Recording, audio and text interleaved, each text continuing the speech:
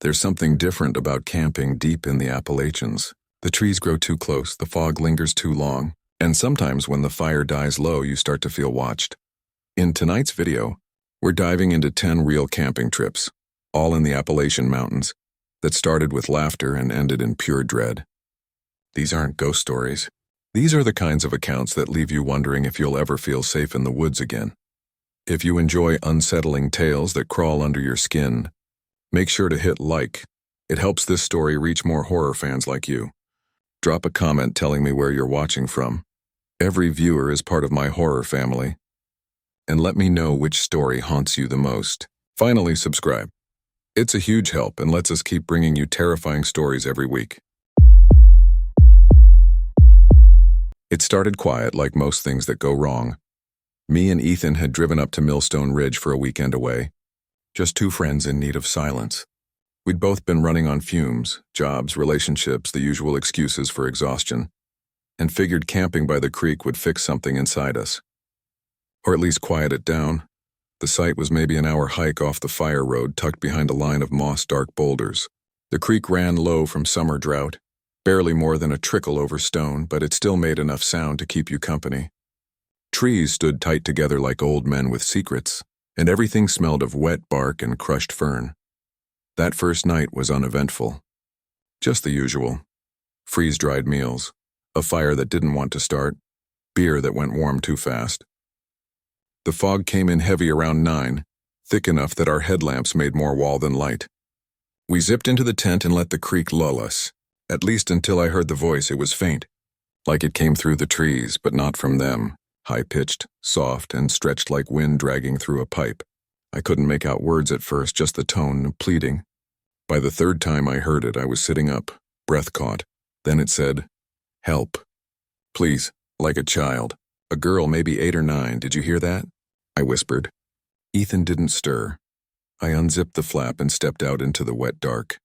Fog clung to the tent like sweat. My boots squelched in the moss, and every tree looked closer than it should have been. I swept the light left to right. Nothing. No movement. Just that old hush the woods wear at night when they want you gone. No voice. No wind. Just silence. I went back in, zipped up, and tried to pretend I'd imagined it. But my ears kept straining. I didn't sleep much. The next morning, Ethan was already boiling coffee when I crawled out. I was about to tell him, but then I saw the tent. Tiny handprints. Dozens of them. Pressed into the dew across the nylon walls. Perfect, round little prints. No bigger than a toddler's, no smearing. No dragging. Just soft impressions like someone, or something, had pressed gently all around us during the night. Chest height, waist height, even one up high by the top seam. Ethan was staring too. "That's not funny," he said. I hadn't told him anything yet. "There weren't any kids up here," I said. He didn't respond. Just looked at the tree line like maybe it was holding a joke we didn't understand. We didn't talk much that morning. Just packed slowly. We hadn't decided to leave yet, but I think both of us were already planning it. We stayed one more night. I don't know why. Maybe it was pride. Maybe we wanted to prove to ourselves it was nothing. Dew and animal prints, maybe raccoons. "Kids' voices in the wind," we said. Mountain echo. Sleep talking. But that night was worse. We left the fire burning longer, even though the fog snuffed it into glowing coals by midnight. I made sure the tent was zipped tight, our boots inside. I kept the flashlight in my hand even when I lay down. The voice came earlier this time. "Please, help, I'm cold," whispered just outside. I didn't move. I just stared at the tent wall. The faint fabric glow from the embers outside. The voice circled, left to right, near and then farther, then closer again. But always soft. Always just enough to make me wonder if it was in my head, until something brushed the tent. Not heavy, like fingers. And then came the sound I'll never forget. "I know you hear me." Not a child. Not anymore. I held my breath. Ethan sat bolt upright across from me. We locked eyes. Neither of us moved. Not until it stopped. We stayed frozen until morning. And when the fog thinned, we stepped out and looked again. No footprints. Just more handprints. More this time, layered, some overlapping, some smaller. We broke camp without speaking. Just shoved everything into packs, didn't even bother rolling it. We didn't take the trail back. We followed the creek downstream. Bushwhacked through rhododendron and briar, tore our arms up just trying to get out fast. We came out onto a muddy shoulder of Millstone Road just past noon. No other cars, no sound but the ticking of our cooling breath. That should have been the end, but I couldn't stop thinking about it. The voice, the handprints, the way it knew we were listening. So a week later, I went back, alone. I followed the same trail, though it felt longer, heavier, like the woods had swallowed something and didn't want it found. The campsite was still there. Flattened tent print, cold fire ring, but something was off, nailed to the nearest tree, an old Polaroid half-faded by rain. I almost didn't see it. It was curled at the corners, thumbtacked through the center. A little girl, maybe 8, standing by the same creek bend, wearing a shirt with a bear on it. Behind her, 2 tents, ours, same brand, same setup. But the photo looked decades old. I took it down, flipped it over. One word in shaky pencil. Listen, I don't go near Millstone Ridge anymore. I still camp sometimes, but never in the fog. Never near creeks. And if I hear voices at night, I don't check. I don't listen. I just hold my breath until it stops because some things out there don't want help. They want company. And they wait for the ones who answer. It was supposed to be an easy 2-night hike. Me, Connor, and Dean, old friends from college trying to outrun the weight of middle age. We picked a trail near Spruce Lick, up on the West Virginia side of the Blue Ridge where the ridge lines fold like a crumpled blanket, and cell service gives up entirely. The trail was called Wild Hollow Loop, barely a name on the map, barely a notch in the stone. We parked the truck near a forgotten pull-off, shouldered our gear, and started the slow climb. It had rained earlier that week, so everything was slick, boot-sucking mud, wet leaves that moved like fish underfoot. The fog never really left us. It just shifted, thick in the hollows, lighter along the spine. Around midday on the second day, we hit a narrow section, a shale ridge no more than 4 feet wide, dropping off sharp on both sides. No trees up there. Just wind and cloud and the sense that you were being watched by the valley itself. That's where we saw him, a man, standing still at the far end of the ridge. About 20 feet ahead, right near a big stone outcrop that jutted like a broken tooth. We slowed as we approached. He didn't move, just stood there, facing out into the fog. He looked off, not threatening, just wrong in some way I couldn't name. His skin was pale like clay, and his clothes were stained. Old canvas jacket, high-waisted pants, and a frame pack with cracked leather straps. All of it looked like it came from a different time, the kind of gear you'd see in a museum, not on a live trail. We gave him space, nodded as we passed. Nothing. No blink, no flinch, no acknowledgement at all, just stillness. Connor muttered something about meth heads or bush squatters, but no one laughed. We didn't stop to eat lunch until we were well past that ridge. That night we camped in a small saddle clearing. The fog didn't clear and the fire wouldn't stay lit. Dean barely spoke. He just kept looking back the way we came. I asked him once if he was okay. He just said, that guy wasn't hiking. He didn't have a map. Didn't have water, I didn't sleep much. The night was too quiet, even for the woods. The loop took us back up to the ridge the next day.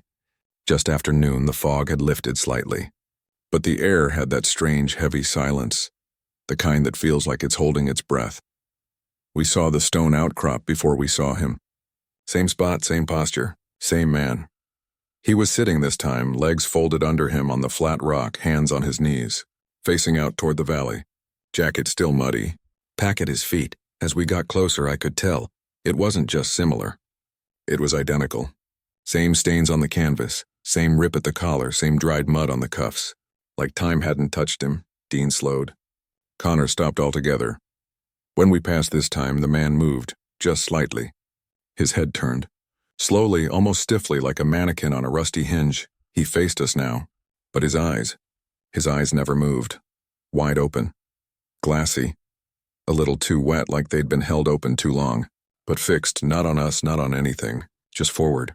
I don't know why, but I said, "Hey, you okay, man?" His lips parted, dry, cracked. But nothing came out. He didn't blink. Connor grabbed my shoulder. "Don't," he said, so we walked. Kept going fast this time. The ridge felt narrower, the drop steeper.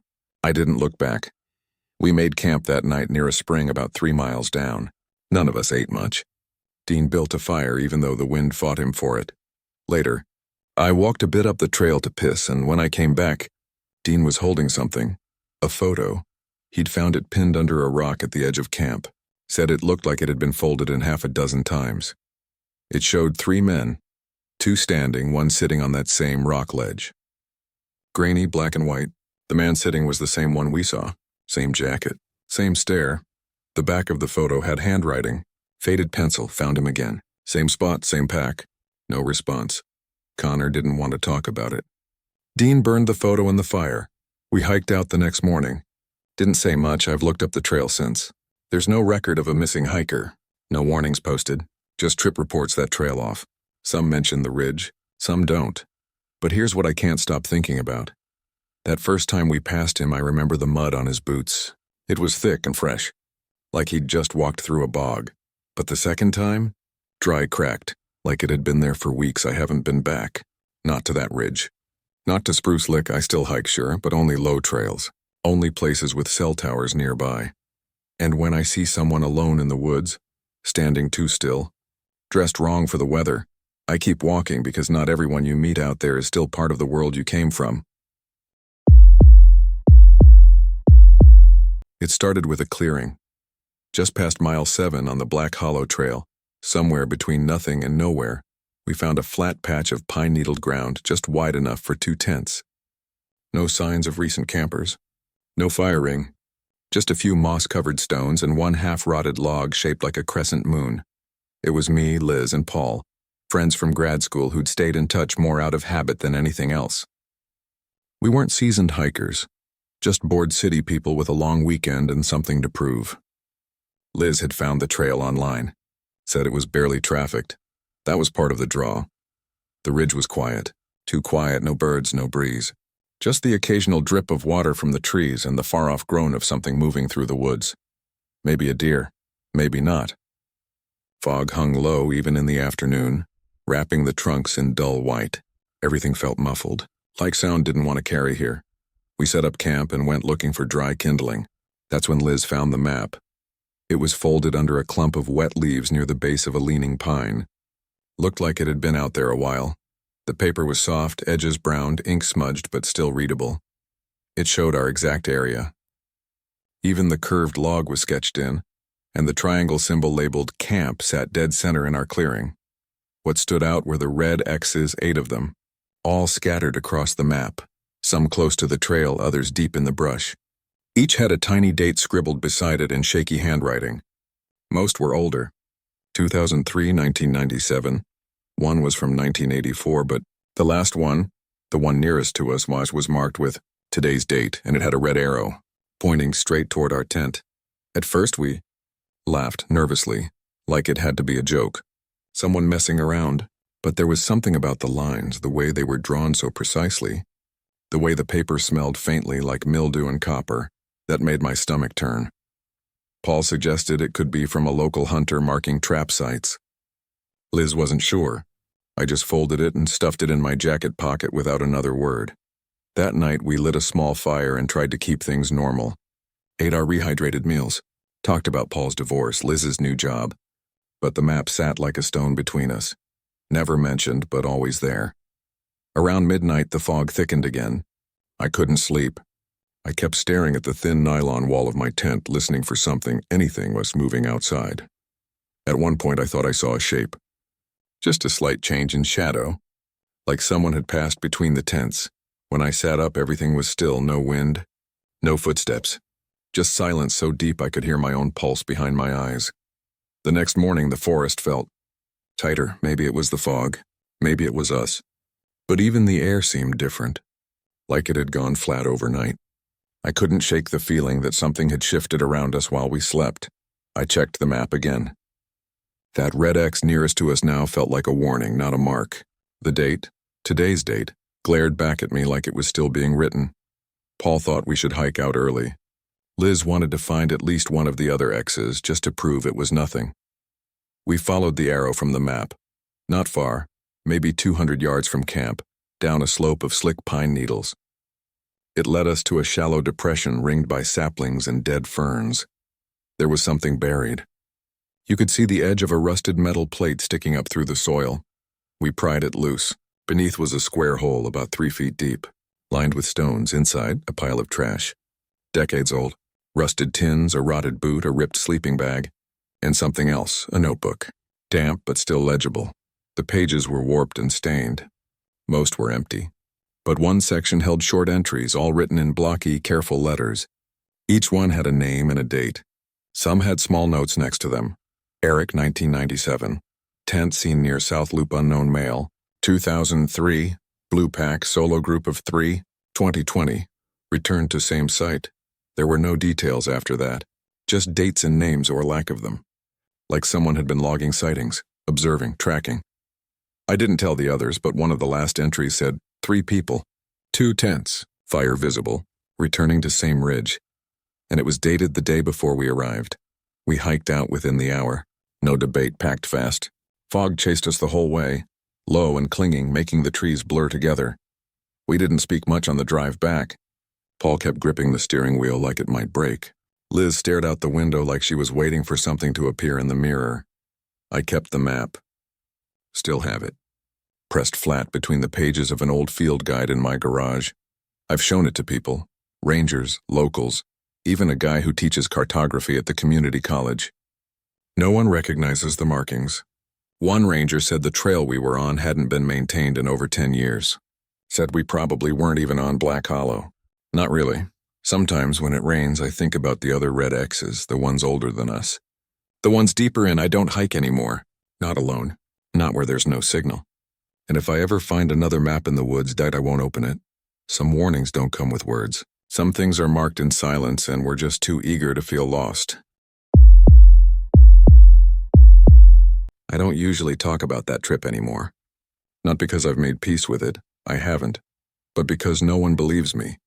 And honestly, I wouldn't believe me either if I hadn't seen it with my own eyes, heard it with my own ears, felt it watching. It was late October. Me, Jamie, and Nolan, all childhood friends from back in Monroe County, decided to camp up in the woods above Rennick. Not on any marked trail, just off a logging road we remembered from our teenage years, near a bend in the Greenbrier River where the water moved quiet and black. We parked Nolan's truck off the gravel and hiked in a mile or two until the trees opened up into a small, soft-bedded hollow. Dead leaves padded the ground, but there was still enough light to see. I remember the silence hitting me before we even finished setting up camp. No birds. No wind, just nothing. Jamie noticed it too. Said it felt like the woods were holding their breath. Nolan brushed it off. Said the cold probably pushed the birds south early, but I've hunted these ridges my whole life. I know what quiet woods sound like. This was different. We set up 2 tents near a lichen-covered boulder, started a fire, and cooked up whatever we'd brought. Jerky, baked beans, that kind of thing. The usual stuff. Nothing strange. But after sunset, things shifted. The air felt heavy. Not just cold, weighted. Like something thick was moving through it that didn't belong. I kept looking past the firelight out into the tree line. Every so often I'd catch movement, not quick. Not sharp. Just a slow sway, maybe 10 feet past the last flicker of flame. It stood upright, taller than a man but not deer-shaped either. Jamie saw it too. I could tell by the way he kept turning his head, watching the same spots I was. Nolan laughed it off, said it was a tree shadow or a trick of the smoke. But then around midnight we all froze. Something shifted just beyond the firelight. Close. Not loud, not rushed. Just the unmistakable crunch of wet leaves under a careful step. We hid our flashlights and aimed them out. Nothing. Not a branch swaying. Not a print. Not a breeze. We stayed up a while longer before crawling into our tents. I didn't sleep much. Couldn't. The silence outside had gone from still to watchful, like something was circling but didn't want to be heard. At sunrise, we stepped out to piss and check the fire ring. That's when I saw them. Footprints bare, human-shaped, but too long and slightly narrow. They circled both tents and not rushed, not dragging. Just pacing, looped twice around mine, once around Jamie and Nolan's. They weren't there when we set up and they were fresh. No one said much that morning. We packed light, didn't eat, didn't joke. Jamie muttered something about heading back after one more night. Nolan said maybe it was just a barefoot hunter or some drunk local messing with us, but deep down I think all three of us knew the truth. Nobody walks barefoot through these woods in late October. Not that deep. Not that quiet. Not without making a sound. We stayed. I don't know why. Maybe it was stubbornness. Maybe we didn't want to admit we were scared. Maybe we just didn't want to turn our backs on something we didn't understand. We moved the tents closer to the fire and built up the flame higher than before. Jamie kept a hatchet in his lap most of the evening. Nolan brought out a flask he usually saved for duck blinds and passed it around without a word. The fog came in thick after dark, heavy enough that we couldn't see more than 10, 15 feet out. Even the trees looked closer, like they'd crept inward.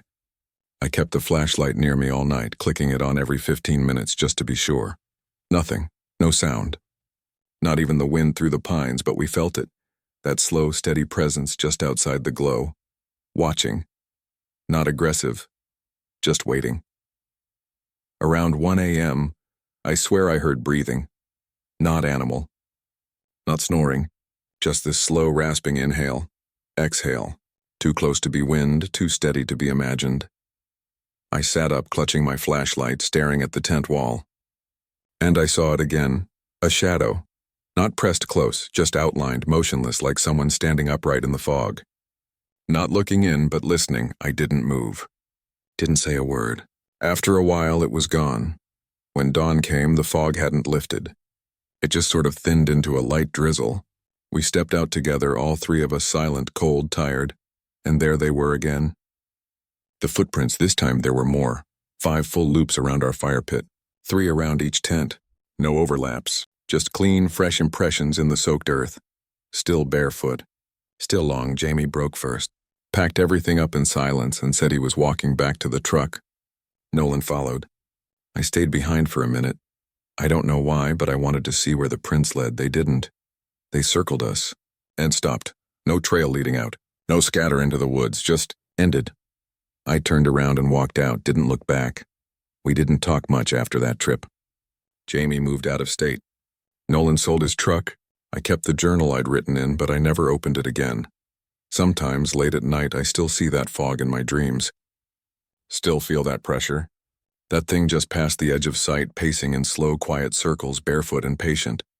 I haven't been back near Rennick since. And I never ever sleep near the firelight's edge. It was meant to be a break. One of those last chance trips before the cold settled in for the season. Just the 3 of us. Me, Jeremy, and Seth. We'd grown up in Fayette County and gone to different cities afterward, but every October we came back for a long weekend somewhere in the Appalachians. This year it was Brush Creek Hollow, south of Meadow Bridge near a trail we used to hike as kids. Seth had found a flat stretch of forest off a disused fire road, mossy, damp, full of fog and yellowed ferns. It sat low in a fold between ridgelines where sound felt dulled and even the wind moved reluctantly. We liked it. It was quiet. Still, we set up our tents in a triangle around the fire pit. 3 small domes, all identical. No cell service, no signal. The only things that buzzed were mosquitoes and our tiny camp lanterns. That first night was normal. We cooked over the fire, drank warm beer from cans, and passed around a cheap flask of bourbon someone had stuffed into a side pocket. Around midnight, the mist rolled in heavy, so we zipped up and called it. Sometime in the middle of the night, I woke to the sound of static. I thought it was wind at first, just brushing the side of the tent. But it had a pattern to it, rising and falling like someone was tuning an old shortwave. It stopped when I unzipped the flap. The woods outside were quiet. Just trees, fog, and the embers of our fire. The next morning, Jeremy was already hunched over his little camp recorder, a handheld thing he brought along to capture ambient nature for some project he never finished. He said the sound started the second he zipped his tent shut. He'd tried to record it, but it always cut off as soon as he opened the door. Seth joked that it was probably just one of us messing around with a cheap transmitter, but none of us had anything that could do that. No radios, no phones, no explanation. That night it happened again. As soon as Jeremy zipped the tent, the static started. Louder this time. Not blaring, just consistent and pulsing. He stuck the recorder inside the tent wall, zipped up tight, and hit record. We all stood outside, listening. Nothing. The woods were dead quiet, but he said it was louder in there. Said it made his teeth ache. On the third night, Jeremy didn't come out for dinner. We figured he'd just fallen asleep early, or was trying to get a clean recording without us talking nearby. I knocked once, called his name, nothing. I let it go. In the morning, his tent was still zipped. I crouched down, tapped the nylon wall. Jeremy. No answer. I unzipped the flap. The tent was empty. Everything else was still there, and his sleeping bag, his boots, his flashlight. Even the recorder was resting where he always put it, next to the rolled towel he used as a pillow. It was still on, the little red light blinking. But the audio looped, not static this time, but a sound like whispering. Slow, repeating, almost like words. We didn't move his stuff. Not right away. It felt wrong, like touching a crime scene. Seth kept pacing, glancing into the woods. I just sat there, staring at the recorder, playing the loop over and over again. At first it was just noise, garbled and low with a strange rhythm. But the more I listened, the more it started to sound intentional. Not natural. Not wind, it was speech, but backward. Seth flipped the file in some basic audio software on his laptop when we got back. Reversed it. It was worse that way, not clearer. Just worse. A phrase, low, broken, repeating over and over. You have to stay in. That was it. That's all it said. Like something telling him not to unzip the door. We reported him missing the same day. Drove straight to the ranger station in Green Sulphur Springs. Turned in the GPS coordinates, told them everything. A couple of volunteers hiked out with dogs. Nothing turned up. Not even prints. The part I didn't tell them was what I saw on the inside wall of Jeremy's tent, near where the recorder had been. Smudges, like a handprint. But smaller. Greasy, faint, as if pressed from the inside, just one. Palm open, fingers slightly splayed, facing outward. That tent wasn't new. We'd used it on every trip for years. But I'd never seen that mark before. Never seen anything stay like that. And it was gone by the time the rangers looked. Vanished. Just a normal, empty tent again. I still have the recorder. I kept it. Seth didn't want it. Said it gave him migraines. I've played it maybe 100 times since. The reversed loop. Same phrase. Same pacing. You have to stay in. What gets me is how calm it sounds. Not a warning. Not fear, more like reassurance. Like someone trying to comfort you while locking a door behind them. I've read every theory there is. Sound interference, low-frequency audio causing paranoia, isolation sickness. I want to believe that's all it was. Just the brain scrambling to find meaning in noise. But I remember how Jeremy looked that second day. Pale, sweating, but fixated. Like something had caught hold of his attention and wouldn't let go. He said the static felt alive. Said it changed pitch when he moved. Said if he stayed perfectly still, it almost settled. I should have pulled him out of that tent. Should have unzipped the flap and yanked him back into the world. But I didn't. And now the recorder just loops. Sitting in the bottom drawer of my desk. Sometimes, when the house is quiet, and everything's still, I swear I can hear the whisper again. Even when it's off. I never zip my sleeping bag shut anymore, and I don't camp. Not even in the backyard. Not since Jeremy stayed in. I don't remember who first suggested the trip. It might have been Mason. He had a way of bringing things up like they'd already been decided. All I know is by the time October rolled around, the three of us, me, Mason, and Tyler, were packed into an old Subaru crawling south along Route 219, deep into Greenbrier County. Our plan was to spend a few nights camping along a trail near Droop Mountain, outside a town that barely had a name. We passed a country store that looked like it hadn't restocked since the 90s. Sun-faded Doritos bags, one working cooler humming like it might catch fire. The old man at the counter asked where we were headed. When we told him, he went quiet. Then he said without looking up, "Don't whistle after dark. That's the call they wait for." Mason grinned and nudged me. Tyler laughed. I didn't. Something about the way the man said it, flat, practiced, made my skin tighten. We hiked about 2 miles in before finding a decent clearing. Damp leaves, fog clinging low to the ridge, pines tight together like old bones. The trail was barely marked. Probably hadn't seen regular hikers in years. We pitched 2 tents, built a weak fire, and boiled water for dehydrated chili. Tyler tried to get a playlist going off his phone, but there was no signal. No service, no bars. Just wind moving through the trees like a slow exhale. That night we passed a flask, talked about nothing, and tried not to admit how cold it had gotten. Fog rolled in by 9 p.m., so thick the firelight couldn't cut through it. Mason was the one who whistled. Just 2 sharp notes like calling a dog. I remember the sound of it. How unnatural it felt cutting through the fog. Tyler told him to shut up. I didn't say anything. The silence that followed felt heavier than before, like the woods had stopped to listen. 10 minutes later, we heard it. 2 short notes. Same whistle, same pitch from the woods. Mason blinked like he wasn't sure he'd heard it.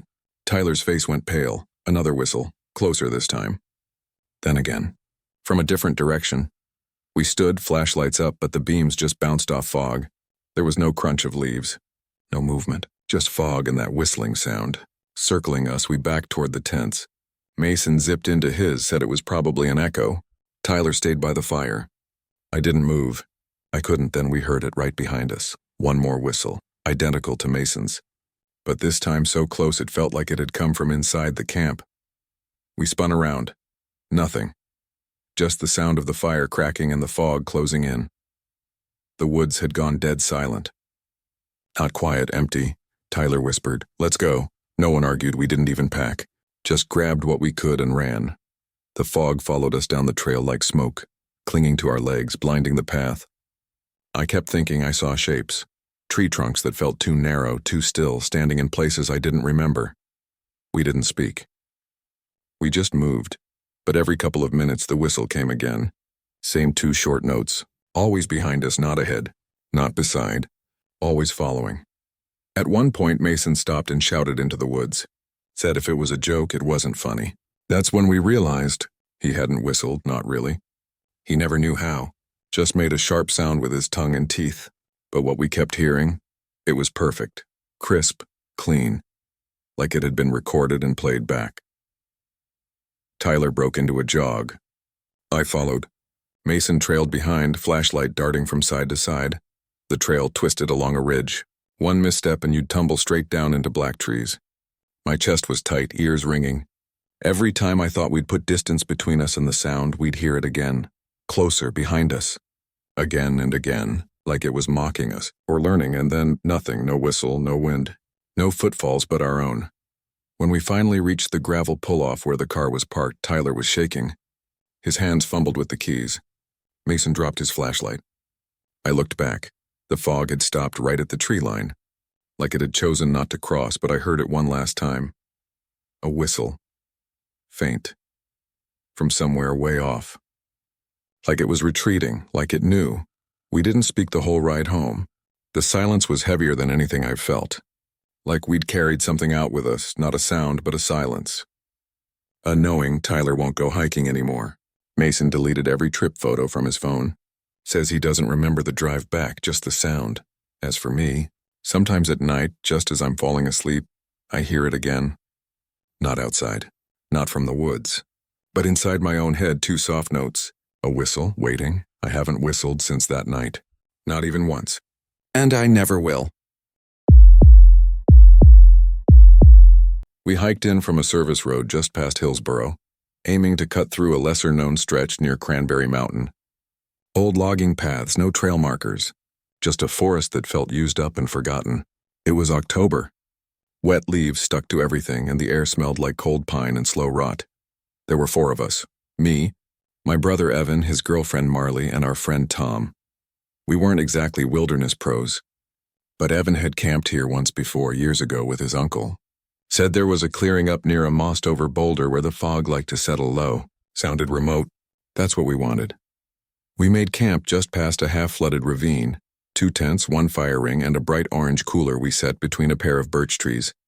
First night was uneventful, aside from how quiet it was. No wind, barely any insects, just silence. We ate jerky and canned chili, drank a few lukewarm beers, and stayed up swapping dumb stories until the fire burned down to red stones. I remember Marley pointing out that the tree canopy above us barely moved. Even with the mist rolling in, the leaves barely rustled. It was like the woods were holding still. Next morning, I got up early and found the cooler latched shut. Not unusual, except we never latched it. We'd left it open out of laziness and a false sense of comfort. Must have been a raccoon, Tom said, but there were no paw prints, no teeth marks.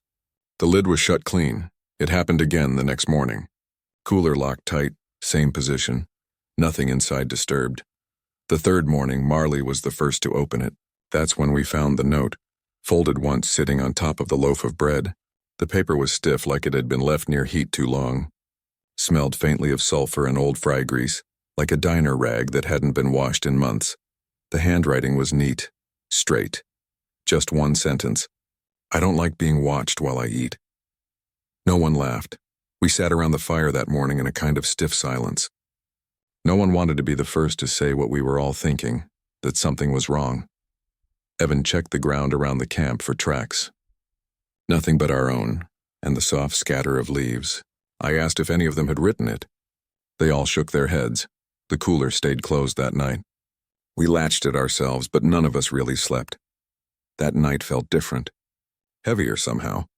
The fog came early, thick enough that our flashlights could barely cut through it. The fire sputtered. Every now and then you'd hear something small crack in the brush, but never a full step. Just little sounds. Like someone pausing mid-footfall. I sat up most of the night, staring out past the dying fire, listening. No laughter, no wind. Just the low, constant buzz of nothing. The next morning, the cooler was open. Not just unlatched, wide open. All the food was there, but rearranged. Not stolen, not eaten, just moved. Bread on the bottom now. Beans on top. Beer cans upside down. And another note, this one folded twice, smaller. It's rude to stare, same smell. Same handwriting. Same calmness. I couldn't shake the idea that whoever, whatever, was leaving these notes. Hadn't come to steal. They were just using our things. Sharing our food, but didn't want to be seen. Marley wanted to hike out that afternoon, but Evan pushed to stay one more night. Said maybe we'd catch whoever it was. Said it was probably a squatter or a hermit messing with us. Tom didn't say anything. He just sat there looking pale, hands shoved into his coat pockets like he was holding something in. We didn't eat dinner. No one felt like it. That night I pretended to sleep. Left the tent unzipped an inch. No fire, just fog and our own breathing. Sometime past midnight I heard the cooler creak. Then, nothing, no footsteps. No talking, just the slow, careful sound of someone adjusting something. Metal against plastic. A soft clink. I didn't move. I just listened. Then I heard a second sound, one that didn't make sense until later. The click of a camera shutter. Not digital. Not loud, just soft, analog like a disposable. In the morning, the cooler was shut again. No new note, but Tom was gone. His bag was still there. Boots, jacket, everything. His sleeping bag looked slept in. No prints leaving camp. We searched for hours, no luck. Evan wanted to keep looking, but Marley was already halfway packed. We left by noon. We filed a report. Rangers combed the area, no sign. Just a campsite that looked too clean, too undisturbed. A week later, I found something in my gear bag, folded between two shirts I hadn't touched since the trip. A photograph, black and white, slightly curled. It showed our camp, the fire ring. The cooler and the four of us all sitting around the fire, but I know for a fact none of us took that picture. And I know I never saw that camera. And what chills me more than anything, in the background near the edge of the trees, just barely visible in the fog, is a fifth figure, standing, still, holding something in their hand, watching. I burned the photo, but I still smell that grease and sulfur stench sometimes, especially when I eat alone, especially when I forget to close the blinds. I hadn't been back to West Virginia in years. Not since my dad passed and not since I moved out to Louisville. Life gets crowded fast, work, bills, small daily emergencies. But then you blink, and you haven't spoken to your best friend in over a year. That's what happened with Rob. So when he texted about doing a fall camping trip like old times, I said yes before I really thought it through. We met just outside of Richwood, then drove down a narrowing gravel road past a rusted gate and a half-collapsed sign that once read, Monroe Game Preserve. Permit required. The forest was thick with late-season color, orange and rust brown and that wet leaf smell that clings to everything. Rob remembered this spot from his uncle, who used to hunt out here before the state shut the area down. We parked at the trailhead, hiked in maybe 2 miles, and made camp near what was left of an old hunting cabin. Just a few crumbling stones in a rectangle, maybe some half-rotted timbers sunk in moss. Nothing more than a ruin, really. It was quiet. Not peaceful quiet, too quiet. No birds, no wind. Just the long, thin sound of the woods holding something back. Rob said it felt like the trees were listening. I brushed it off. We hadn't been outdoors in years. Probably just nerves. We built a small fire.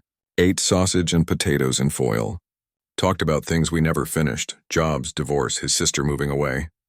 It felt like trying to stitch up something that had been torn too long. That night I woke up cold. Not just chilly. Cold like the air had dropped suddenly. I zipped up the tent flap and saw my breath hanging. The fire was still faintly glowing. Fog was settling low and slow across the clearing, and that's when I saw it. The cabin, whole, standing. No roof. I remember that clearly. But the walls were up. 4 full sides. Gray wood warped and blackened in spots, but solid. No light inside. No tracks around it, just there. I called to Rob. He stumbled out of his tent, rubbing his eyes. Wasn't here yesterday, I said. He just stared. Didn't say anything for a long time. We walked a slow circle around it. No fresh cuts in the dirt, no boot prints. The boards weren't new. They looked like they'd always been there. As if we'd just missed it, but we hadn't. We'd camped inside the foundation. Maybe fog's messing with us, Rob muttered. Maybe we're tired. We stayed up a while watching it. Nothing happened. No sounds, no movement. Eventually we crawled back into our tents and tried to sleep, but I kept waking. Every hour, staring at the outline of that cabin through the nylon wall, waiting for something to move inside it. I knew something was wrong before I even opened my eyes. The air smelled off. Not like firewood. Not campfire. Something sharper. Wet metal, burnt hair, a coppery thickness that clung to your throat and made your eyes sting. I unzipped the tent. Smoke was rising. Slow, white-gray tendrils drifting through the trees like fog with purpose. The cabin was burned. Gone. Not like it had collapsed. Like it had been destroyed. Walls caved in. Blackened timber curling inward. Ash scattered across the clearing. The fire looked recent, maybe hours old. Still smoldering near the far corner. A pile of something charred deep in wood, or I don't know. I didn't go close enough to find out. Rob was already up. Just standing there barefoot staring, eyes red, face pale. There wasn't a fire last night, I said. He nodded. I didn't hear a thing. No crackling. No smoke alarm. Just silence and then this. The strangest thing was the ground. No fire trail. No scorched grass. Just the cabin and a perfect perimeter of undisturbed leaves around it. Like the flame had stopped at the edges, obeying some shape we couldn't see. I walked the site slowly. Something about the air felt wrong. Heavy, like it had been held too long in someone's lungs before being exhaled. The whole clearing buzzed with that stillness, not quiet but pressure, like something had watched us all night. Near the collapsed wall I saw a stone, not part of the original foundation. Clean, flat, burned on one side. On top of it, laid out neat, was a small pile of items. A rusted spoon, a hunting license from 1987, and a strip of fabric, plaid, maybe flannel. All charred at the edges. None of it was ours. Rob didn't want to look at them. Just shook his head and started packing. We hiked out in silence. Fog came and went. At one point I thought I saw something down the ridge. Just a shape still as the trees. Too far to make out. But I didn't say anything. I didn't want to give it weight. When we got to the car, I turned back one last time. The smoke was still there. Thin, curling up through the trees. A line too straight to be natural. Weeks later, I looked up that area. Couldn't find any permit records. No official maps. Nothing about a hunting cabin or any structure in that section of the woods. I called the Greenbrier County Archive. They said they had no listing for an old cabin in that zone. Not even ruins, but I still remember the walls. I still remember the cold breath at midnight. And the smell, that burnt wet fur and rusted metal scent. I get whiffs of it sometimes. In parking garages. In basements. Once in my own backyard. I haven't camped since. Haven't spoken to Rob much either. There's something broken in him now, not shattered, just Cracked in a way you can't glue. We didn't belong there. And whatever was there, it never wanted to be found. Only remembered. It was supposed to be a short reset. 3 nights in the Monongahela backcountry, off an old timber route near Marlinton. Just me, Greg, and my cousin Nate.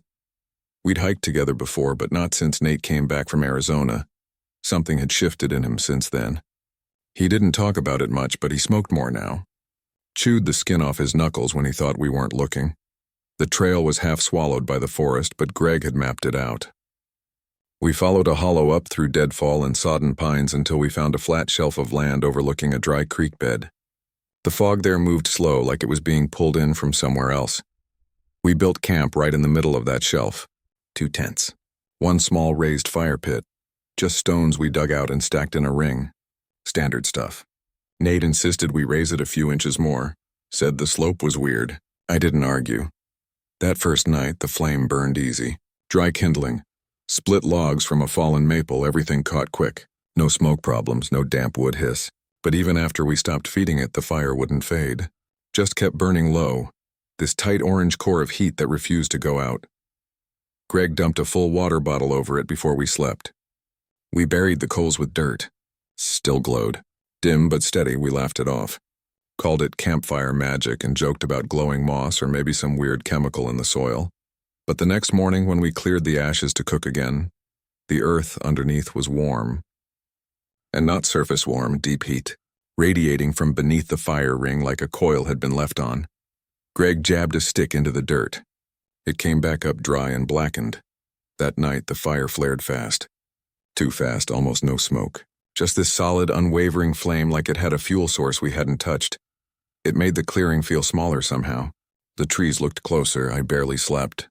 The rain came heavy the next day. Steady from mid-morning on. Thick mountain rain that soaked everything even under the tarp we should have packed up. But Nate wanted to stay. Said he had a weird feeling and didn't want to leave it unfinished. We huddled under the tarp most of the afternoon. Miserable and quiet. The fire? Still burning, uncovered, unfed, no smoke. Just a tight, bright flame like it was refusing the weather. That night we tried to drown it. Greg and I took turns hauling water from the creek bed, dumping pot after pot into the pit.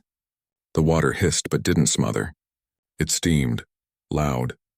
And then the fire just came back. Not brighter. Just constant. Nate stared at it for a long time. Didn't speak. His shirt soaked through, steam rising off his sleeves like he was too close for too long. I think there's something under it, he finally said. We thought he meant roots, buried wood. Maybe coal, though that didn't make sense this shallow. But he shook his head. No, I mean something else. I asked what. He just looked back at the flame. Feels like it's breathing. Later that night we heard the crack. A sharp split like dry stone under pressure. Then a long, slow hiss like steam through pipe. I unzipped my tent and saw the fire ring. Or what was left of it. The ground around the pit had split. Not wide, but deep. Jagged cracks running out in 4 directions like spider legs. Thin wisps of smoke. No steam rising from the seams. The flame itself was gone, but an orange glow pulsed from under the surface. Then came the smell. Not wood. Not wet leaves. Something acrid and metallic, like scorched wire and damp earth left too long to rot. We didn't speak. We just grabbed what we could. Didn't pack right. Left the tarp. Left the extra food. We ran. The trail was slick. Mud pulling at our boots. Fog chasing us uphill. Nate kept looking over his shoulder. I wanted to ask him what he thought was down there, what he meant by breathing Elmoy, but I didn't. Half a mile out, the ground shook, just slightly. Enough to make us stop. The trees swayed without wind. Then it was gone. We didn't camp again. Hiked all the way back to the car overnight. Headlights on and doors locked once we were in. No one slept. Back home I scrubbed the gear. The tent, the pack. Tried to forget it. But a week later I opened the side pouch of my bag and found something stuck in the mesh. A stone. Flat. Warm to the touch. Blackened at the edge, like it had been resting near fire for days. I never picked it up. Never put it there. I threw it into a quarry that same night. Watched it sink into the dark and didn't tell anyone. We don't talk about the trip. Greg moved to Asheville. Nate stopped answering texts a few months later. Last I heard, he'd gone back west. somewhere near the Four Corners. I haven't seen him since.